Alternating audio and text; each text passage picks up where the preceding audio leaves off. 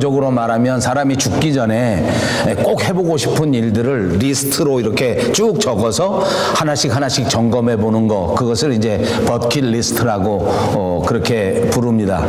그 말을 왜 버킷리스트라고 부르는가 하는 이제 어원을 찾아 올라가면 여러 가지 사연이 있습니다. 옛날에 그 사람이 죽을 때 재판을 해서 사람을 이제 사형에 처할 때 교수형을 처하게 되는데, 그러면 이제 여기다 이렇게 줄을 매서 사람의 목을 매고 밑에다가 이렇게 뭐 이런 높은 데다가 올려놔서 세워놓고 있다가 밑에 있는 의자를 확 치워버린다든지 마루가 쑥 꺼진다든지 하면 이제 사람이 목이 내려가서 죽지 않습니까? 근데 옛날에는 그 밑에다 이렇게 버킷을 놓고, 그리고 이제 사형수를 이렇게 얹혀놓고 이렇게 얼굴을 가려놓고 목을 매놓고는 이제 사람을 사형시킬 시간이 되면 그 버킷을 발로 뻥 찼다는 겁니다. 그러면 이제 대롱대롱 매달려서, 그래서 이제 영어 말에 이 버킷이라는 말이 그 사람을 죽이는 그런 의미가 있다 해서 버킷리스트는 사람이 죽을 때, 죽기 전에 해야 할 일들을 적어놓은 그 목록을 가리켜서 이제 버킷리스트라 하게 됐다라는 어원을 가지고 있습니다. 2007년도쯤에 이렇게 버킷리스트라고 하는 그 이름을 그대로 제목으로 해서 한 유명한 영화가 나왔는데, 그 유명한 배우, 백인 배우, 흑인 배우, 저는 이름을 잘 모르겠습니다. 아무튼 얼굴이 아주 익숙한 그런 유명한 배우들이 이 버킷리스트라는 영화에 나왔는데, 그때 이제 이것이 공전의 히트를 많이 치면서 사람들 사이에서는 더 유명해지게 됐는데, 그 영화에서도 이 두 중년의 사람들이 병원에서 죽음을 기다리고 있다가 이렇게 그냥 무의미하게 인생을 마감할 것이 아니라 이제 내가 해보고 싶은 일, 아직까지 못한 일들 한번 해봐야 되겠다 이렇게 생각하고는 이제 병원을 나가서 하나씩 하나씩 그 버킷리스트를 수행하는 이런 것을 보여주는 영화였습니다. 여러분, 우리가 이제 2019년 마지막 12월 벌써 오늘이 딱 절반, 이제 15일밖에 남지 않았습니다. 만약 저와 여러분이 오늘 우리가 눈을 감고 세상을 떠나게 된다고 하면 우리에게는 어떤 버킷리스트가 있을 수 있을까? 우리는 가장 아쉬운 게 무엇일까? 그걸 한번 생각해 보면 어떨까 싶습니다.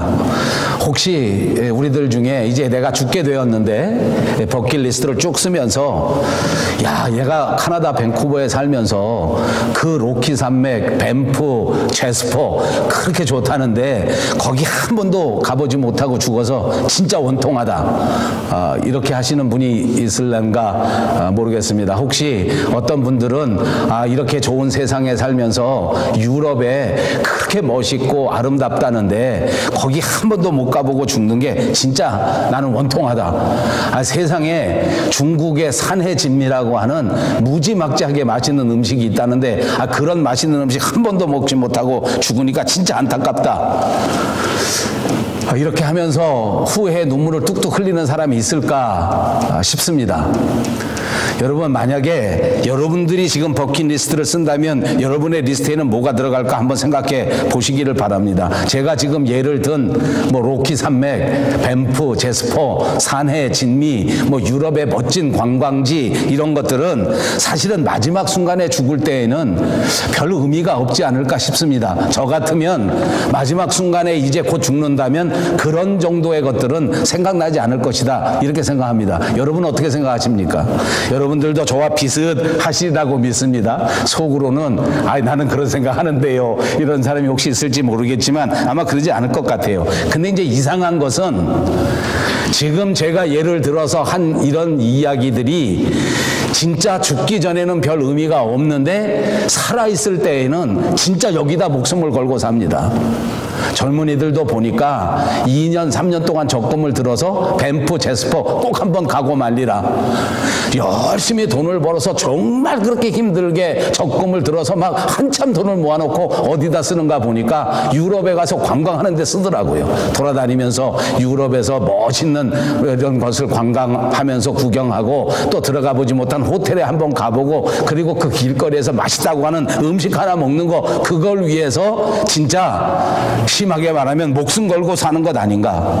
그러니까 우리 인생이라는 것이 정말 중요합니다. 마지막 순간에 버킷리스트를 쓰면서 내 자신이 가장 중요하다고 생각하는 거, 소중하다고 생각하는 것을 모를 리가 없는데, 그럼에도 불구하고 세상에 살아가는 동안에는, 사는 동안엔 이상하게도 그렇지 않은 것, 그 버킷리스트에 올라가지 않을 만한 것, 그런 것을 가지고 목숨 걸고 살고 얼마나 열심히 그런 것을 위해서 땀 흘리고 그리고 정말 희생하는지 어떻게 보아야 할까 하는 생각을 저는 이날 이 설교를 준비하면서 많이 생각하게 되었습니다.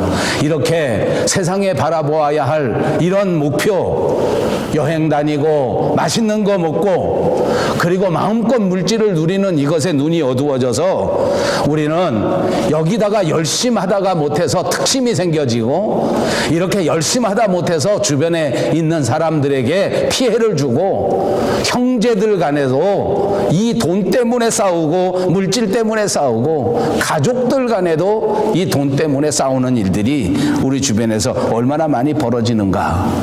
그러므로 여러분, 오늘 우리는 이 대목에 와서, 그리고 이 2019년 마지막 12월 이 한 달에 와서 내 인생에서 정말 중요한 것이 무엇일까 하는 것을 생각해 볼 수 있는 그런 기간이, 그런 시간이 꼭 되시기를 바랍니다. 오늘 우리가 도달한 이 성경 본문에는 우리 인생에서 가장 중요하게 생각해야 할 것이 무엇일까 하는 것에 대한 해답을 우리에게 보여주고 있습니다. 오늘 이 말씀에 집중하신다면 과연 우리는 이제 우리에게 남은 이 인생을 어떻게 살아가야 할까, 무엇에 집중하면서 살아가야 할까 하는 정답의 실마리를 찾을 수 있을 줄로 믿습니다. 오늘 여러분 모두가 여러분 인생의 가장 소중한 것을 깨닫는 은혜의 시간이 되시기를 주님의 이름으로 축복합니다. 옆에 있는 분들과 인사합니다. 해답을 찾으시기 바랍니다. 오늘 본문 13절입니다. 무리 중에 한 사람이 이르되 선생님, 내 형을 명하여 유산을 나와 나누게 하소서. 어느 한 사람이 예수님을 찾아온 것입니다. 유산 문제를 예수님 앞에 내어놓으면서 이걸 좀 해결해 달라 하는 부탁이었습니다. 이제 이때 당시 예수님에게 어떤 사람이 찾아왔을 때에는 그 상속에 관한 법률이 있었는데 형에게 우선권이 있어서 형이 3분의 2를 가져가고 동생은 그 우선권에서 밀려나기 때문에 3분의 1을 상속받는 것이 그때 당시의 법이었다고 합니다. 그러니까 오늘 예수님 앞에 나온 이 사람은 동생이었는데 형에게 너무 많이 가져가고 나는 적게 가져가는 것이 조금 불만이라서 아마도 예수님을 통해서 어떻게 하든지 상속을 조금 더 받으면 어떨까 하는 생각에서 예수님에게 질문하지 않았나 싶습니다. 예수님은 이 사람에게 말씀하실 때에 탐심을 물리치라 이렇게 책망하셨습니다. 그리고는 어리석은 부자에 관한 이야기를 비유로 설명해 주셨습니다. 이 부자는 원래가 부자였는데 농사를 지었는데 또 그 밭에서 많은 소출을 얻었습니다. 부자였는데 또 부자가 됐다는 말 아닙니까? 갑절로 좋은 일입니다. 얼마나 좋았겠습니까? 곡식의 창고가 가득 차서 이제 더 이상 그 열매를, 그 곡식을 쌓아둘 수가 없게 되었으니 이제 이 사람은 더 큰 창고를 지어야 되겠다고 생각하게 되었습니다. 그리고는 스스로 자기 영혼에게 말하는 것입니다. 이제 나는 이제 평생토록 먹을 수 있는 충분한 곡식들을 얻게 됐다. 이제는 내가 더 이상 이 물질 때문에 어려움 당할 일이 없으니까 이제 진짜 남은 인생은 평안히 먹고 마시고 즐기면서 살면 되겠다. 이렇게 말한 것입니다. 그런데 예수님은 이 사람에게 말할 때에, 이 사람을 평가하실 때에 이 사람을 어리석은 자다 이렇게 평가하신 것입니다. 여기 반전이 있습니다. 모든 사람들이 꿈꾸는 부자가 더 부자가 되는 것, 모든 사람들이 희망하되 이제 이 세상에서 먹고 입고 사는 것에 대한 걱정은 내려놓고 잔뜩 창고에 쌓아놓고 아무 걱정 없이 사는 것을 이룬 이 부자에게 대하여 예수님은 어리석은 자다 이렇게 평가하신 것입니다. 그러니까 결론으로 보면 예수님의 말씀이 옳고 세상 사람들의 생각이 틀리지 않겠습니까? 그러니까 예수님의 말씀에 의하면, 그러니까 세상의 진리에 의하면 이 부자는 어리석은 자요, 이 부자가 이제 남은 인생은 평안하게 살 수 있겠다라고 생각한 것은 안타깝게도 착각이었다는 것입니다. 그가 착각한 것은 인생의 가장 중요한 것이 인생의 생명이 물질에 넉넉한 데 있는 것이 아니라는 사실입니다. 그럼에도 불구하고 이 부자는 사람의 생명이 물질이 넉넉한 데 있는 줄 알았습니다. 그것이 착각입니다. 예수님은 삼가 모든 탐심을 물리치라, 사람의 생명이 그 소유에 넉넉한 데 있지 아니하리라 하고 분명하게 말씀해 주셨습니다. 그러면 우리 사람의 생명은, 그러면 우리 인생의 가장 소중한 것은 어디에 있는가? 그것은 하나님의 주권에 달려 있는 것인 줄로 믿으시기를 바랍니다. 사람의 소유가 넉넉하다고 해서, 물질이 넉넉하다고 해서 그 생명을 어찌할 수는 절대로 없는 것입니다.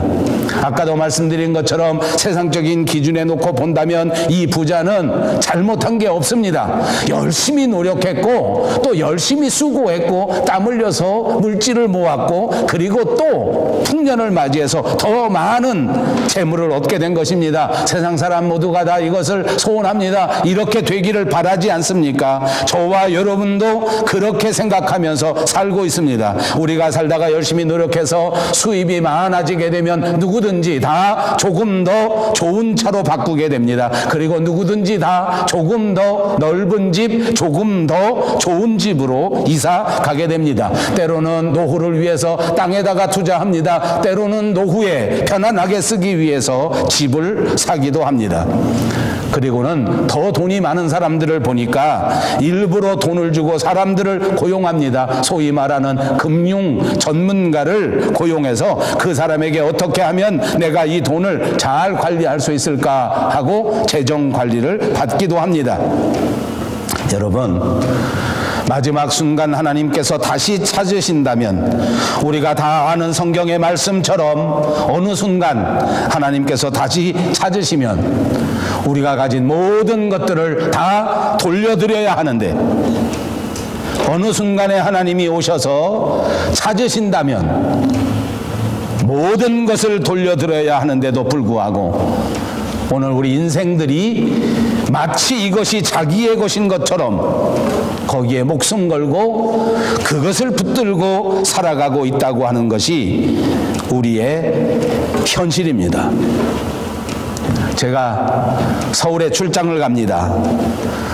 요즘은 잘 그러지 않습니다만 어느 때는 멀리 지방에 가야 하기 때문에 차를 렌트를 합니다.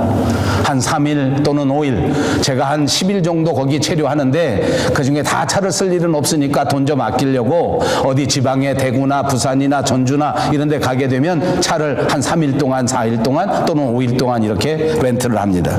가서 이것저것 비교해보고 차를 렌트를 했습니다. 차를 타고 나가서 운전을 하는데 차를 빌릴 때에는 여기저기 고장난 곳이 있는가 없는가, 혹시 바깥에 무슨 기스가 난 데가 있는가 없는가 다 살펴보고 그리고 차를 빌렸습니다. 제가 빌릴 때 차를 다 시동도 걸어보고 아무 문제가 없이 빌렸는데, 그 다음날 아침에 호텔에서 차를 타고 딱 나가는데 보니까 이 차에 신호를 가리키는 등이 안 되는 겁니다. 탁 켰더니 좌회전 하려고 탁 신호를 켰더니 다다다다다다닥 소리가 막 다다다다, 이게 무슨 소린가 봤더니 그게 이제 등이 나갔기 때문에 그 전등이 나가기 때문에 그걸 알려주느라고 깜빡깜빡 해야 되는데 다다다다닥 소리가 나는 겁니다.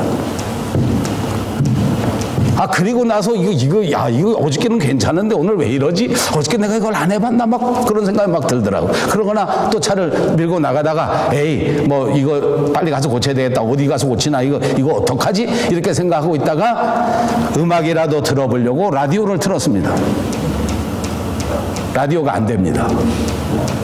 이제 보니까 이 오디오 이것도 안 되는 거예요. 여러분 같으면 어떻게 하시겠습니까? 뭘 물어봐도 어떻게? 맞지. 네. 얼른 가서 신호등 좌회전 할 때 깜빡깜빡하는 깜빡등은 고쳐야 합니다. 왜냐하면 하루나 이틀이나 3일만 탄다고 할지라도 당장 이 신호를 나타내는 전등에 문제가 생기면 운전을 할 수 없기 때문에 이건 고쳐야 합니다. 그런데 오디오는 어떻습니까? 제가 무슨 음악의 전문가도 아니고 음악을 듣지 않으면 잠시 순간에도 살 수 없는 것은 아니기 때문에 오디오를 고치는 사람은 없을 겁니다. 혹시 여러분들 중에 나는 운전하는데 담은 10분이라도 음악이 없으면 못한다 하는 사람이 있어서 또 돈을 투자해서 그 오디오도 고치는 분이 있을지는 모르겠습니다만 양해하시고 들으십시오. 저 같으면 등은 고칩니다. 왜냐하면 당장 필요하기 때문입니다. 그러나 3일 동안이나 4일 동안 사용하기 위해서 오디오를 고치는 사람은 어리석은 사람이란 말입니다. 종종 저는 여기서 그런 일들을 많이 봅니다. 어떤 분들이 여기에 오게 됩니다. 캐나다에 오는데 요즘에 저희 학교는 1월 달에 개강을 하기 때문에 1월 초에 개강을 준비해서 지금 속속 입국을 하는 사람들이 많습니다. 처음에 입국하면 자기가 살아야 할 집을 구하지 못하기 때문에 민박집에 갑니다. 똑같습니다. 만약 민박집에 갔는데 수도꼭지가 고장났다고 하면, 화장실이 고장났다고 하면 얼른 고쳐야 합니다. 당장 순간에 쓸 수 없기 때문입니다. 그런데 민박집에 들어가서 벽지가 마음에 들지 않거나 칠한 색깔이 마음에 들지 않는다고 해서 그 칠을 다시 하는 사람은 없을 것이란 말입니다. 여러분, 우리가 인생을 살아가는데 가장 소중한 것은 중요한 것을 처리하고 필요하지 않은 일에 목숨 거는 것은 어리석은 사람이라는 말입니다. 스스로를 돌아봅니다. 과연 우리는 이 세상에 살면서 하나님 보실 때에 얼마나 지혜로운가, 아니면 얼마나 어리석은가. 여러분, 이 대목은 모든 삶의 부분에 적용할 수 있습니다. 형제가 서로 다툽니다. 부부가 서로 대립합니다. 그러나 여러분, 하나님 보시기에 이것이 얼마나 어리석은 일인지, 때로는 이것이 얼마나 지혜로운지를 점검해 보시기 바랍니다. 평생을 함께 희생하며 살아가야 할 부부가 조그마한 일 가지고 대립해서 서로에게 상처를 주고 서로 나쁜 말을 한다면 그것은 오늘 어리석은 부자와 똑같이 어리석은 일입니다.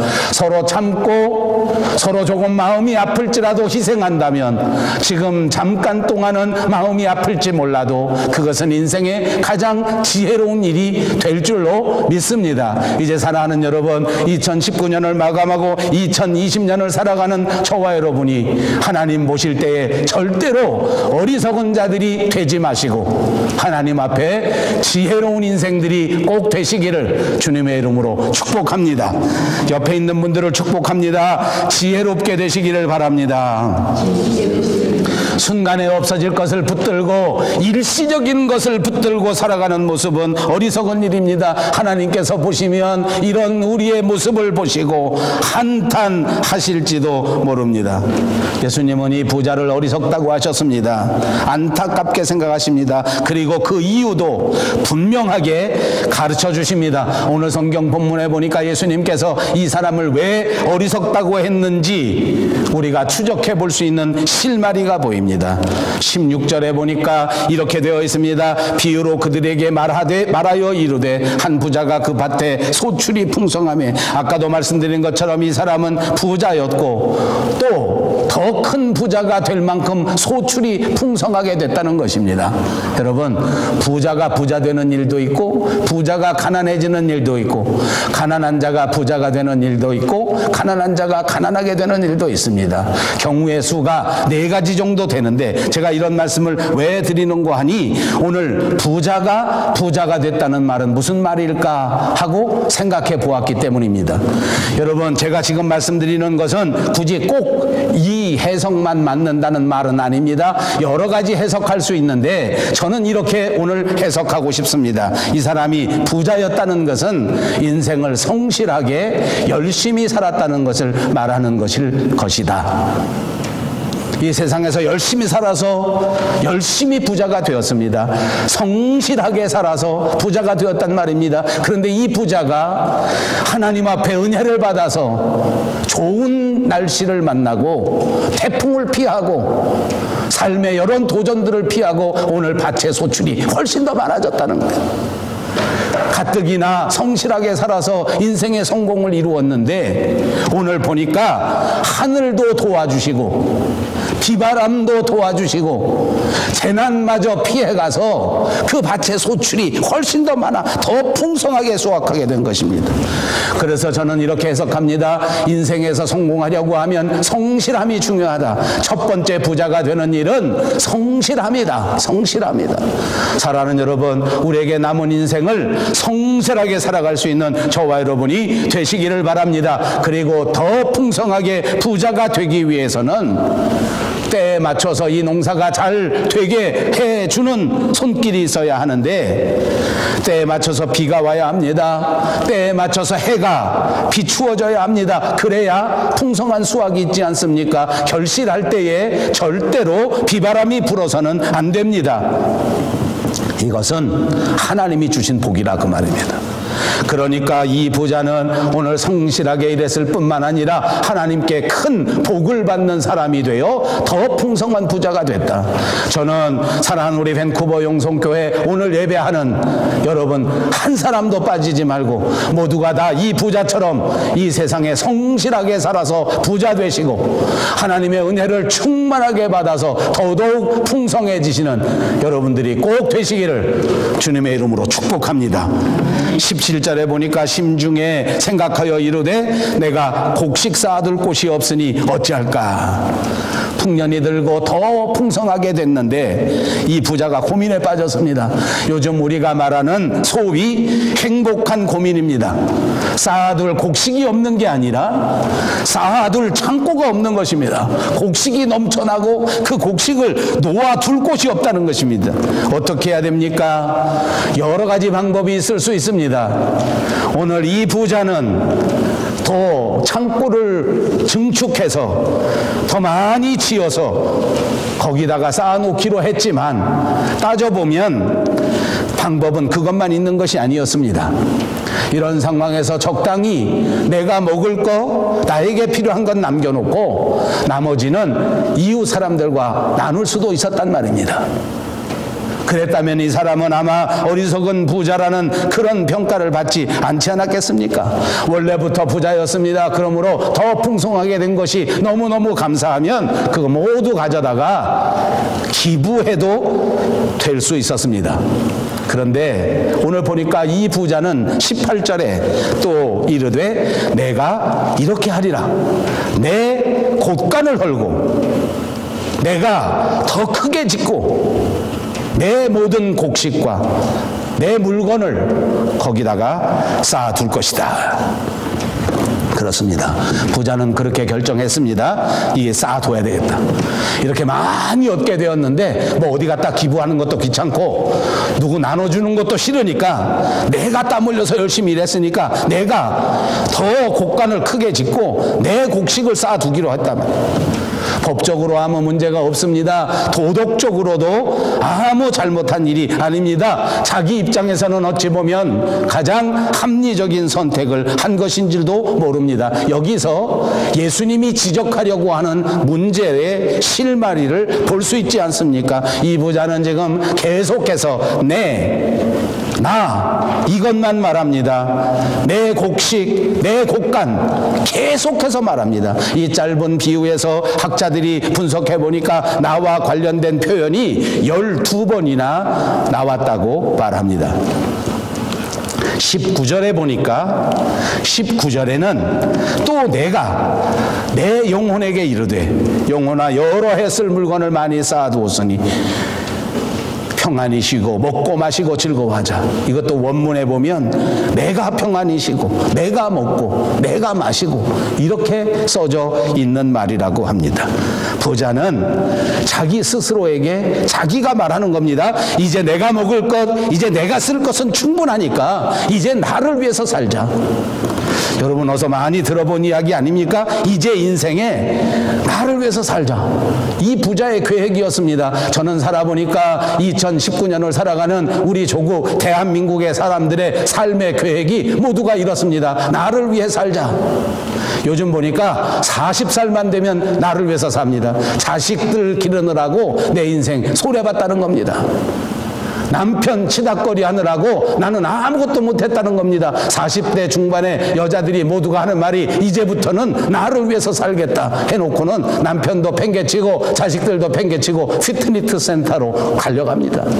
몸짱 만들려고 열심히 노력합니다. 요즘에 한국에 가보십시오. 남자들은 식당이 없습니다. 좋은 식당엔 모두가 여자들이 모여서 이제부터 나를 위해 산다 하고 자기 비싼 거 시켜 먹습니다. 아주 훌륭한 일입니다. 좋은 일입니다. 어서 들어본 것 같지 않습니까? 나를 위해서 산다. 이것이 부자의 계획입니다.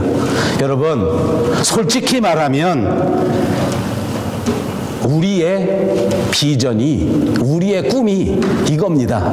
나를 위해 살자. 저도 설교는 이렇게 합니다만 진짜 부끄럽습니다. 가끔 그런 생각이 듭니다. 나도 나를 위해 살아야 되겠다. 저는 평생 제 아내를 위해서 살았습니다. 아침이면 그렇게 노골적으로 웃으시면 안 되는데 아침이면 심부름하고 집안에는 청소하고 이제 나도 나를 위해서 살고 싶어. 아침에 일어나면 여보 커피. 아버지 아무도 안 믿네. 모든 사람들이 꿈꾸는 삶일지도 모릅니다. 그렇습니다. 사실 여유만 좀 있다고 하면 일하기 싫어하는 사람이 우리 주변에 얼마나 많습니까? 사실 기회만 허락된다고 하면 아무것도 하지 않고 그냥 편안히 살겠다라고 생각하는 사람이 있습니다. 지금 성경에 등장하는 이 부자야말로 이 꿈을 이룬 사람입니다. 성공한 사람 아닙니까? 훌륭한 사람 아닙니까? 그런데 여기에 반전이 있는 것입니다. 오늘 예수님이 지적한 것은 이 부자가 여전히 나와 내 가족과 내 형편만 생각했다는 그것을 지적하시려고 하는 것입니다. 자기 물질을, 자기 재물을 자기가 사용하는데 무슨 죄가 있겠느냐 하는 세상 사람들의 생각에 대하여 예수님은 분명히 지적합니다. 자신의 재물을 사용할 때에도 하나님께 아무런 관심을 갖지 아니하고 하나님이 명령하신 이웃을 생각해 보지 않았다면 그것은 어리석은 삶이라고 지적해 주고 있는 것입니다. 왜냐하면 자기가 얻은 모든 재물이, 자기가 얻은 모든 성공이 자기 혼자서 이룬 것이라고 하는 것은 착각이기 때문입니다. 하나님이 아니었다면, 하나님이 도와주시지 않았다면 오늘 이와 같은 성공도, 오늘 이와 같은 결실도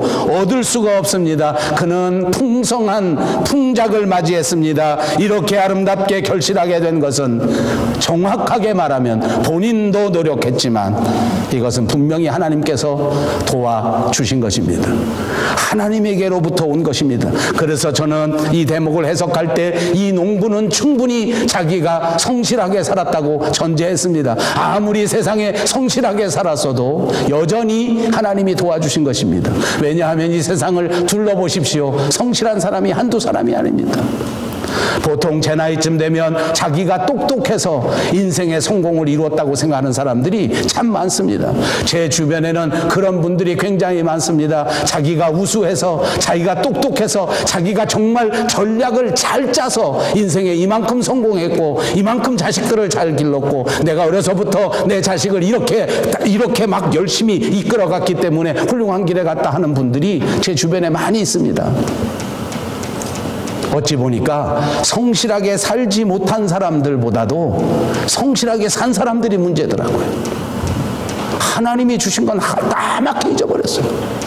내가 똑똑해서 시험 잘 보고, 내가 똑똑해서 성적 잘 받았고, 내가 똑똑해서 좋은 대학교 나왔고, 내가 똑똑해서 좋은 회사 다녀서 이만큼 산다라고 생각하고 도무지 하나님의 도우심은 생각하지 않는 거예요. 오늘 이 부자가 그랬습니다. 성실했습니다. 노력했습니다. 다른 사람들이 다 가난하게 살지라도 나는 열심히 농사지었기 때문에 이미 부자였습니다. 오늘 풍성한 소득을 얻기 전부터 모범인이었습니다. 누구도 비난받지 않는 훌륭한 사람이었습니다. 그런데 하나님 보시기 어리석은 자가 된 것은 그가 하나님 없이 혼자 그렇게 된 줄 안 것입니다. 하나님을 생각하지 않습니다. 자기 인생 계획에 도대체 하나님은 염두에 없습니다. 자기 인생 계획에 가족도 없습니다. 이웃도 없습니다. 형제도 없는 이 모습을 보고서는 예수님께서 지적한 것입니다.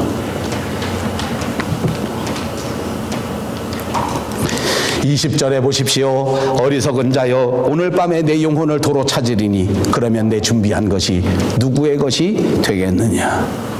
이 부자는 자기 인생의 계획을 짤 때 모든 남은 인생의 모든 것들을 컨트롤할 수 있는 능력이 자기에게 있다고 믿었습니다. 그러나 그렇지 않습니다. 아무리 성공한 사람도, 아무리 성공하지 못한 사람도 나머지 인생은 온통 하나님이 주관하신다는 사실을 믿어야 합니다. 여러분, 이거 믿어지십니까? 아멘. 여러분의 인생, 나머지 인생 주님 앞에 서는 그날까지의 여정은 온통 하나님이 인도하신다. 아멘. 하나님이 통제하신다. 하나님이 컨트롤하신다. 하나님이 이끌어 가신다. 분명히 믿고 사는 저와 여러분이 되시기를 바랍니다. 하나님이 허락하시지 않는다면 한순간에 손 털고 일어나야 되는 존재가 우리 인간입니다. 여러분 보십시오. 어느 순간 주님이 와서 우리를 부르시면 누구를 막론하고 그 자리에서 일어나 주님 앞에 가야 합니다. 이걸 모르고 재산만 붙잡고 물질만 붙잡고 권력만 붙잡고 살았다면 또 얼마나 미련한 것이냐. 하나님의 주권을 알았다면 하나님을 내 인생 계획의 가장 중요한 부분으로 초청하셔야 합니다. 나머지 인생의 계획을 짤 때에 하나님과 가장 깊이 의논하는 여러분들이 되시기를 바랍니다. 하나님이 부탁하신 그대로 여러분의 이웃을 고려하고 여러분의 자녀들을 고려하고 여러분의 다음 세대들을 고려한 채 우리의 나머지 인생을 계획한다고 하면 여러분의 인생도 복된 인생이 되는 것이요 하나님도 가장 기뻐하실 줄로 믿습니다. 21절에 보니까 자기를 위하여 재물을 쌓아두고 하나님께 대하여 부요하지 못한 자가 이와 같으니라. 이 부자는 자기를 위해서 재물을 쌓는 것, 곡간 창고를 증축해서라도 거기에 차곡차곡 저축해 놓는 것, 이것이 지혜인 줄 알았습니다. 나만을 위해서 물질을 찾아 놓아두면, 나만을 위해서 재물을 걸고 쌓아놓는다고 하면 나는 인생에서 더 이상 원하는 것이 없을 만큼 만족할 수 있을 것이라고 착각한 것입니다. 아닙니다. 여러분, 물질을 쌓아놓아 보십시오. 만약 물질을 또 창고에 더 풍성히 받아 놓으면, 저는 그렇게 돼본 적은 없지만 역사의 교훈을 보니까, 인생의 교훈을 보니까 이런 사람들은 더 물질의 욕심이 생겨서 결국 돈의 노예가 되더라고요. 돈이 적당히 없는 사람들이 마지막 인생의 황혼을 훨씬 행복하게 지냅니다. 왜냐하면 돈의 노예가 아니기 때문입니다. 성경은 우리에게 가르쳐줍니다. 곡간을 증축하고 곡간을 만들어 재물을 쌓아놓는 자는 어리석은 자요, 하늘에 재물을 쌓아두는 자는 지혜로운 자요, 하나님께 부요한 자라고 가르쳐 주십니다. 그렇습니다. 하늘의 물질을 쌓아놓는 저와 여러분이 되셔야 될 줄로 믿습니다. 하늘의 물질을 쌓아놓는 것은 무엇입니까? 하나님이 기뻐하시는 대로 물질을 사용하는 것을 말하는 것입니다. 어려운 사람들을 위해서 사용합니다. 남을 도와주기 위해서 사용합니다. 선한 일을 위하여 사용합니다. 주님의 사역을 위하여 물질을 사용합니다. 교회를 위하여 물질을 사용하는 것을 말하는 것입니다. 사랑하는 여러분, 오늘 이 시간 우리 스스로를 다시 한번 돌아보실 수 있기를 바랍니다. 우리는 과연 무엇을 위하여 이토록 열심히 땀 흘려 살고 있는 것입니까? 우리도 역시 우리 마음속 깊은 곳에 뿌리내리고 있는 이 탐심의 정체를 스스로 알지 못한 채 더 많이 모으는 것이 중요하다, 더 많이 가지는 것이 중요하다라고만 생각하고 그것을 위해서만 몸부림치면서 살아온 인생이 아닐까 한번 들여다보시란 말입니다. 지난 2019년 한 해 동안 내내 어떻게 하면 좀 더 많이 모을 수 있을까? 어떻게 하면 좀 더 많이 벌 수 있을까? 라는 생각만 하고 여기까지 뛰어온 것은 아닌가? 형제도 바라보지 않고 이웃도 바라보지 않고 가족도 생각하지 않고 오로지 물질만을 향하여 몸부림쳐 온 것은 아닌가? 이 몸부림 속에서 어떤 사람들은 꽤 많이 이루었습니다. 그래서 정말 이만하면 나는 이제 잘 됐다, 내 미래는 걱정 없다, 이렇게 생각하는 사람들이 있을지 모르겠습니다. 어떤 분들은 이 정도 가지고는 모자른다, 아직도 내가 10년은 더 열심히 해야 되겠다 하면서 여전히 숨이 벅차도록 분투하고 있는 사람도 있을 것입니다. 혹시 우리들 가운데에는 내가 아무것도 이루지 못했다고 현실에 이 아무것도 모아놓은 것이 없다고 하는 것 때문에 좌절하고 절망하면서 자포자기의 심정으로 사는 사람도 있을지 모릅니다. 여러분, 어떤 상태에 있든지 간에 만족하든지 더 열심히 하는 단계에 있든지 자포자기에 있든지 간에 무조건 이 모든 사람들이 다 예수님 보시기에 어리석은 자입니다. 세상 사람들이 볼 때 부유한 자가 되어 하나님 앞에 어리석은 자가 되지 마시고 하나님 보시기에 부유한 자, 하나님 보시기에 지혜로운 자가 될 수 있는 우리들이 꼭 되시기를 바랍니다. 하나님께서 내 나머지의 삶을 주관해 주신다. 하나님께서 내 나머지 인생을 다스리신다. 내가 할 것은 주님 앞에 순종하는 것이다 라고 생각하는 것이야말로 이 세상에 가장 지혜로운 것이요, 그렇게 되면 이 세상의 모든 착각에서 벗어나고 이 세상의 모든 탐심에서 벗어나서 나머지 인생길을 정말 주님이 주시는 평안 가운데 살아갈 수 있게 될 줄로 믿습니다. 지나친 탐심은 경계해야 합니다. 나만이 아니라 하나님을 생각하면서 살아야 합니다.